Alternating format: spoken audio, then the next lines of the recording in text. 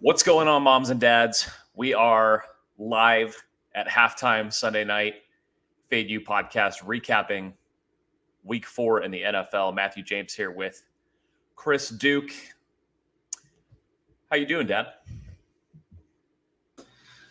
Just hoping we can get back to 2-2 with the Bucks, Dad. It's gonna need a wild second half. Yeah, not a great day for you if the sports books are possibly having a losing Sunday. Then you, Chris Duke, are probably not having the best day. Why is that? Why is your success correlated with the sportsbook success? Explain that to people.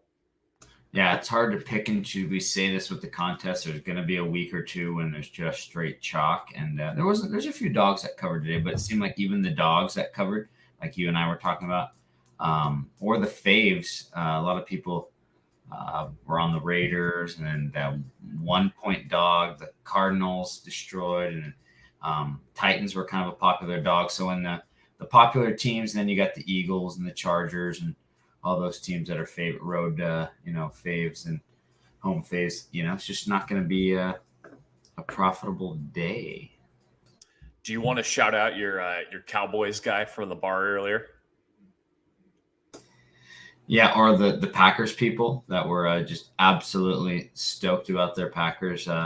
It's fine. We like those fans that cheer that have no money on it. They didn't lay the 9. Maybe they had a money line parlay with the Packers in it, which came Survivor. Yeah, maybe they had a Survivor pool. I don't know. So let's talk about this Sunday night game. It's pretty wild. You talk about the popular teams kind of coming through for the public today. We saw Minnesota cover in London. Everybody in the contest saw Minnesota, number one consensus. Saw Dallas cover, probably one of the most public sides of the week.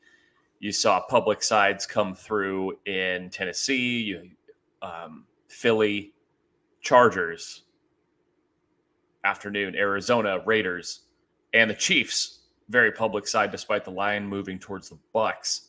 Now, the total in this game is 47.5, and it's at 45 at halftime. Can you explain to people who are trying to become better bettors and you don't want to piss away good days in second half bets, why is this a snap call under second half? Yeah, it's typically with the college because you don't get as many of these as at pro. But yeah, you've got the total at 45, and then the second half total is 26. When you do the math, you add that up at 70, 75, right? Don't ask me to do math on 70 something. And then when you take it away, typically if it's over 20 something from the original, which it is obviously if you go 70 minus 20 back down to 50. So you're looking at the value. That's our boy, shout out to Josh Applebaum. When there's more than 20 to 25 points of value on the total, you have to take that. You and I did that this afternoon with the Raider game. They scored like 30 something. The total was low 40s, and that came through for us. So yeah, we'll probably be taking. I'm gonna probably do the under right now. You're right. We did do this earlier with the Broncos and Raiders. I think we had 32 points in the first half. Was it 16-16 at halftime? Does that sound right?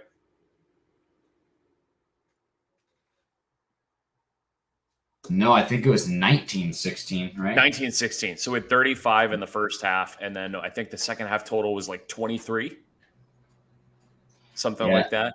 And then we saw 45 full. Yeah. So.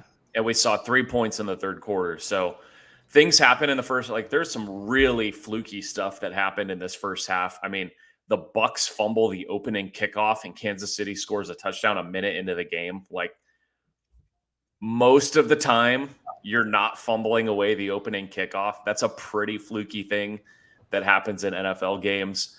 Brady gets stripped and setting up another short field for the Chiefs.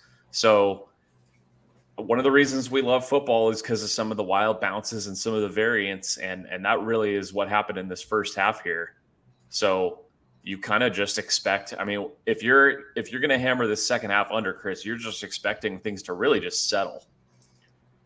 Yeah, exactly. Like you said, there's some fluky shit, short fields. There's probably should have been 14 to 17 less points, which would still, even that would put them in the high 20s. So it'd still be pacing over. But even then, yeah, let's look for it to regress. And I mean, this second half total is sitting here at 26 now. So people might think, oh, the Bucks are going to be in comeback mode. Of course, second half is going to go over. Well, the flip side of that is you're going to have the Chiefs trying to probably put drives together and keep the ball away from Tampa Bay. I don't know if the Chiefs are going to be trying to race up and down the field and score. So we'll see what happens. Could it go over? Could this end up being like the Seattle-Detroit game earlier? I guess, where you have like a 41-38 final, but more often than not, that's not going to happen. So what we like to say on our show is just try not to bet what you just saw. People just saw a really, really high scoring first half. People are going to assume, oh my God, they're going to continue 45 points in the first half, give me the second half over. And you just be really, really careful with that kind of betting, because that can get you into some trouble for sure. But Chris, let's talk about some of the other things we saw today. I know the Cowboys and Commanders result was really disappointing for you. Do you want to talk about your takeaway from that game? Is Carson Wentz a no bet going forward for you? Yeah, but I'm so fucking stubborn. I'll probably do it next week against the poopy Titans. But no, yeah, there's a lot going into it today. I saw a lot. You and I were talking a lot of flags, a lot of penalties, a lot of turnovers, and so we'll see. They were on the unfortunate. They had 2 picks that called back with flags. So, but the Cowboys outplayed them, so that was on the wrong. So you'd hope that poopy road division dog would be the right side, but it wasn't. And you just move on. And you guys had the right road division dog in the Titans. Good shit. Well, Chris, you say that the Cowboys outplayed them. I mean, I guess 25-10, but let's peel back this box score a little bit.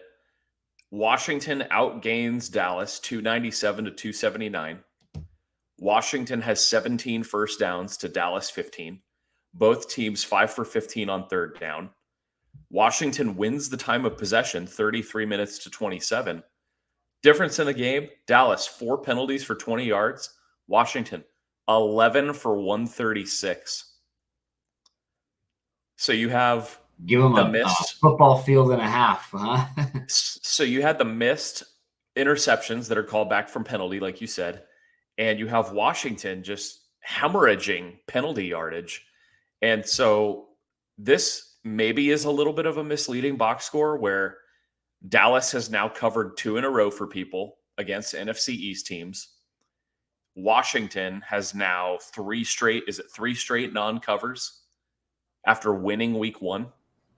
Yeah, and I think Cowboys have 3 straight now, because remember the Bengals won before the Monday night one. Yeah. So let's keep an eye out for these teams' stocks. Dallas's stock is going to continue to rise, and everybody's going to want them next week as a dog against the Rams. And Washington, no one in the world is going to want to bet Washington next week. And they're going to be home for the Titans, who just pulled off a road upset at Indianapolis. Scary. But you got to feel like Washington is going to be the right side, right?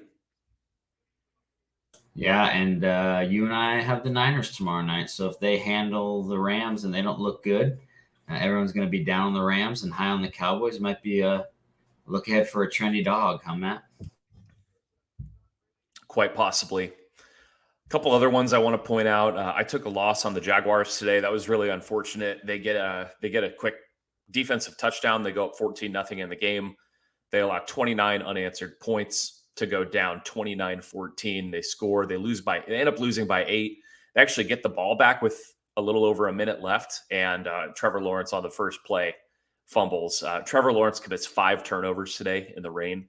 That's pretty bad. And I still don't mind that bet. I feel like if I'm turning it over that much, over and over and over again, going up the field, that's just bounces going against me. Like that's going to happen. You can't hate that. Yeah, they looked good. I can't believe that they did that. The 29 answer. It felt like every time we looked up at the TV, how Matt was like, "Wait, he just fumbled again. He just fumbled." It's like, hold on to that thing. So, at what point do you sell Philly? Talk about 3 straight covers. 4-0. Now they go to Arizona next week. That'll be interesting. We talked about that one today. Is it a buy low spot? I mean, they're not the Cardinals. I think people are still a little low on them. Sell high on the Eagles. I mean, man, they couldn't look any better than they've looked the first 4 weeks, huh? Guess what that number is at the Superbook right now, Chris? Philly, Arizona. 5.5. Yeah. Wasn't it 6? 6.5. It's already down a point. Oh, 5.5. I know what Chris Duke's going to be on. Wow. Unbelievable. Let's run through some other ones. Seahawks, Lions. What do you do? So you have 2 teams that played a 48-45. What do you do with either one of these teams next week? I think this game had 1,000 yards combined. 555 for Seattle, 520 for Detroit. Seahawks did open 5.5 also. Unbelievable. That's tough because the Saints battled hard. So that's going to be interesting. It's going to be interesting to see what the public reacts to with how good it's unbelievable. The Seahawks just look like they could do anything against that Lions defense. Saints and Vikings both. Also, this is kind of a weird situation where they play in London and they do not get the bye the following week. So Minnesota's got to go play a division game against Chicago. They could not find the end zone today if their lives depended on it. They kicked 4 field goals in New York and lose to the Giants by 8. And then Minnesota has that nail biter. They're going to play the Bears and they're going to lay a touchdown at home coming off of London. I mean, both these teams are going to be sizable favorites between 5 and 7 the week after London with no bye. Just watch out for that.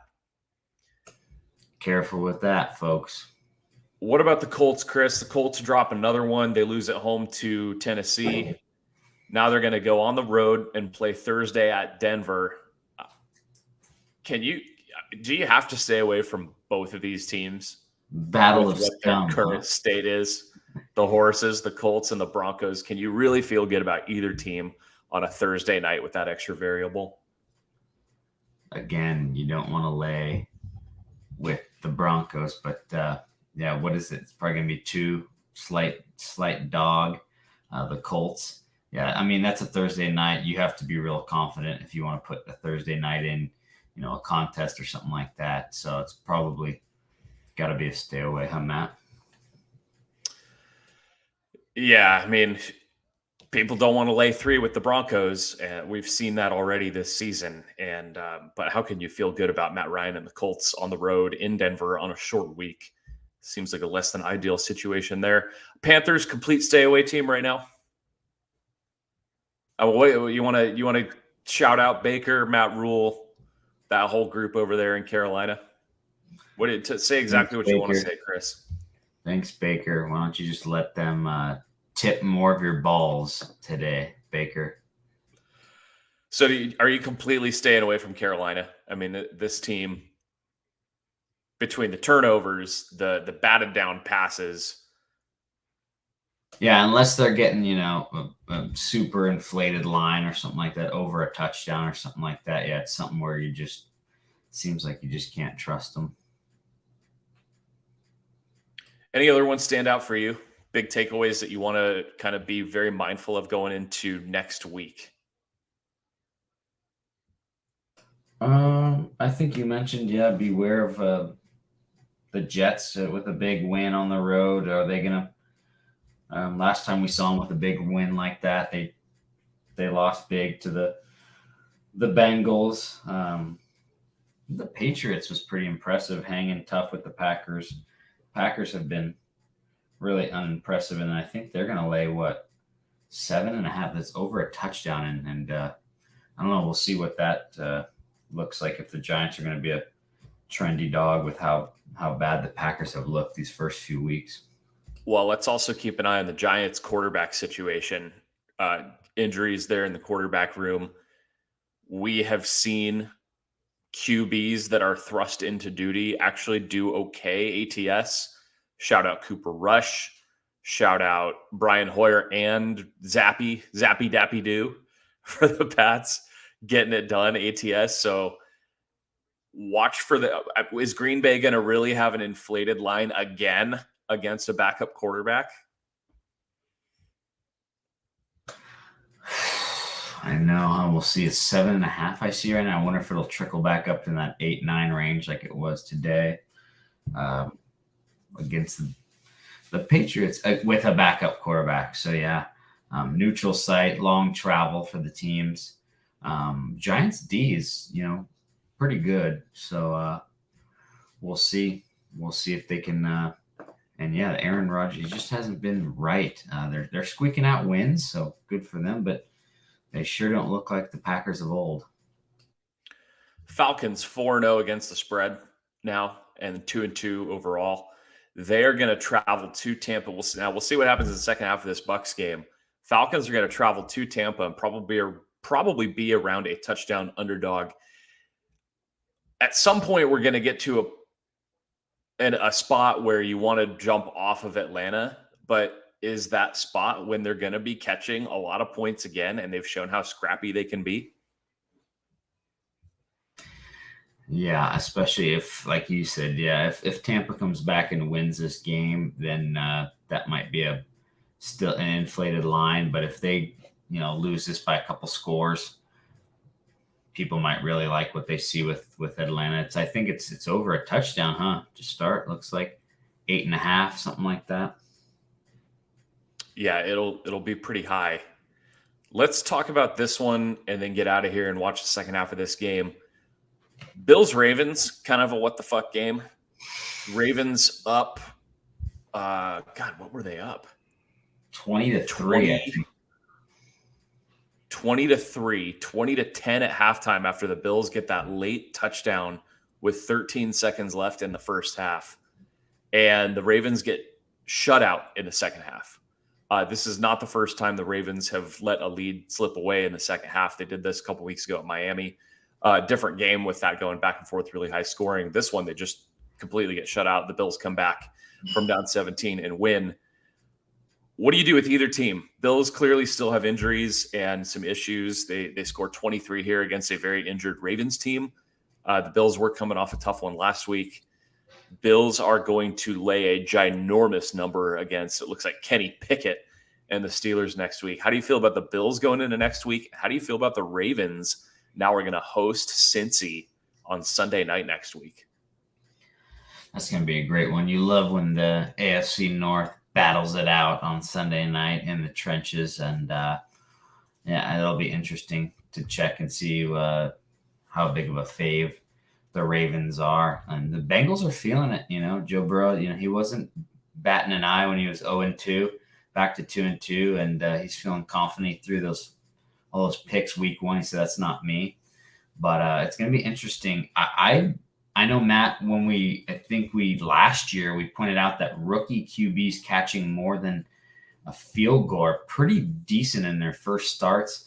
Kenny came in today, so it's going to be his first start. And it's going to be interesting to see if he can, keep it close with an inflated line, at least for his first start. See if they can lose by 7 or 10, depends on what's the line looking like right now. For which one?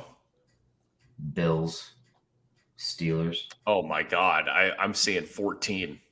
Oh, wow. Yeah. 14 in Buffalo. Steelers off the loss to the Jets. Yeah. Tell me if you agree with me. I feel like maybe the public is going to be off of Baltimore. If they're laying a field goal Sunday night to Cincinnati, who just came through for everybody on Thursday night. Yeah. Since he's back, right? They're 2-2. Ravens are beat up. They're injured. They get shut out in the second half. I would not be shocked to see Baltimore as kind of like this game tonight, like a contrarian favorite for where it ends up closing in a primetime spot. So watch out for those. Quick word on Monday Night Football, Chris. Your Rams and the Niners tomorrow night. This line has been at 1.5 all week. That's one of those that hasn't moved. We saw a lot of line movement this week. This was not one of them. It seems like they're just not hovering off. I don't know if they're getting a little split action or what, but hoping that the Niners can play better than they did last Sunday in Denver, and I'm hoping we can get a win. If we can't get our Bucks to win tonight, we'll be 1-3. We're going to need that for 2-3 to salvage not a horrific week, but just stay good in the contest. So multiple dads going to be counting on the Niners tomorrow, including both of us. Shout out Joe and Jared, the dads of the Vanilla Gorilla entry 4-0 today, and Niners pending tomorrow, looking for that 5-0. So we will update everybody fully on the contest and what's going on and how everyone did in a few days. Probably be back on Wednesday for the full preview of Week 5. But thanks for listening to this one. Chris and I are going to get back to the second half of Sunday Night Football. I think we may have fired some second half unders. What number did you get, Chris? 26? I did get 26, yeah. Okay. Let's get some field goals. And let's escape this one with the second half unge. Let's go, Daddy. Just remind everybody, Chris, what happens sometimes when you bet on poop? Like the Jags, you might go up 14-0 and end up not covering them. Whoops.